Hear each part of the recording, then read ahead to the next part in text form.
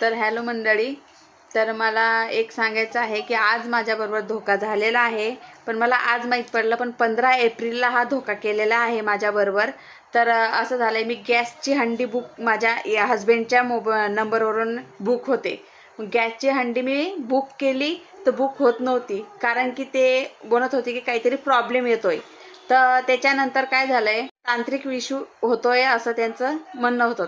पण मग मी माझ्या देराला विचारले की रवी तुम्ही गेले होते का, एजन्सीमध्ये गेले होते का? तर माझे देर बोलले की नाही वहिनी मी गेलो नाही.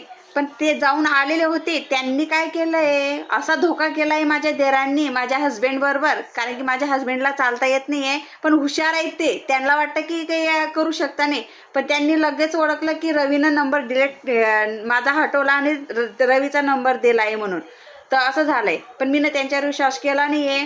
तर माझ्या देराला विचारलं की रवी तुम्ही गेले होते का? तर माझे देर बोलले की वहिनी मी गेलो नाही, कोणतरी त्यांना शिकवतंय तसे ते बोलताय.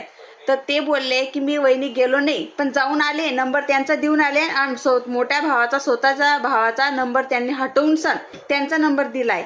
न कोणाला विचारता, घरामध्ये ना भावाला विचारलं ना आईला विचारले, स्वतः कोणाच्या बुद्धीनं गेले आणि हा नंबर चेंज केलाय. मी त्याला बार बार विचारत गेले की रवी तुम्ही गेले होते का, एजन्सी ऑफिसला गेले होते का, ऑफिसला गेले होते का? तर रवी बोलले की नाही वहिनी. आणि मग मी दाखवला त्यांना की असा असा विषय होतो, त्यांना हंडी बुक करणं होती, त्यांच्यासाठी मी हंडी बुक करत होती. पण त्यांनी चेंज केलाय, पण तरी पण सांगत नव्हते. तर ते काय बोलले, वहिनी तुम्ही फोन लावत राहा 8-10 दिवस लावत राहा फोन, ते तसाच प्रॉब्लेम चालू राहतो त्यांचा, तुम्ही फोन लावत राहा.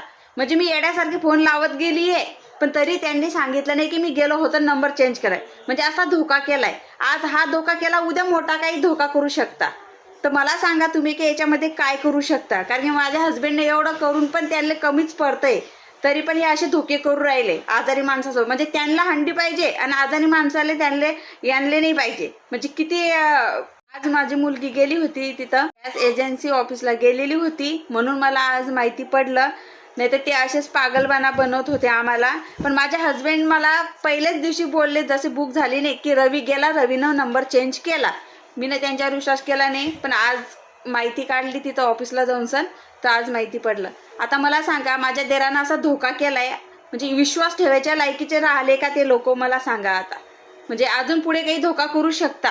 म्हणजे त्यांना काही विचारणं, काही सांगणं, काही हे गुन्हाच झालाय आता. म्हणजे विश्वासघात केलाय त्यानं स्वतःच्या भावाबरोबर. असेच तुमच्या घरामध्ये बी नसतील तर सांभाळून राहा, सांभाळून व्यवहार करा. कारण की आज या कलियुगामध्ये कोण कधी कसा धोका देईल काही सांगता येत नाही. तर या दुनियामध्ये असे निकटर लोक कसे असू शकतात की आपल्या भल्यासाठी दुःखी माणसासोबत असं खेळ खेळता येतं? तर मला सांगा, तुम्ही कमेंटमध्ये जरूर सांगा की हे गलत आहे की सही आहे.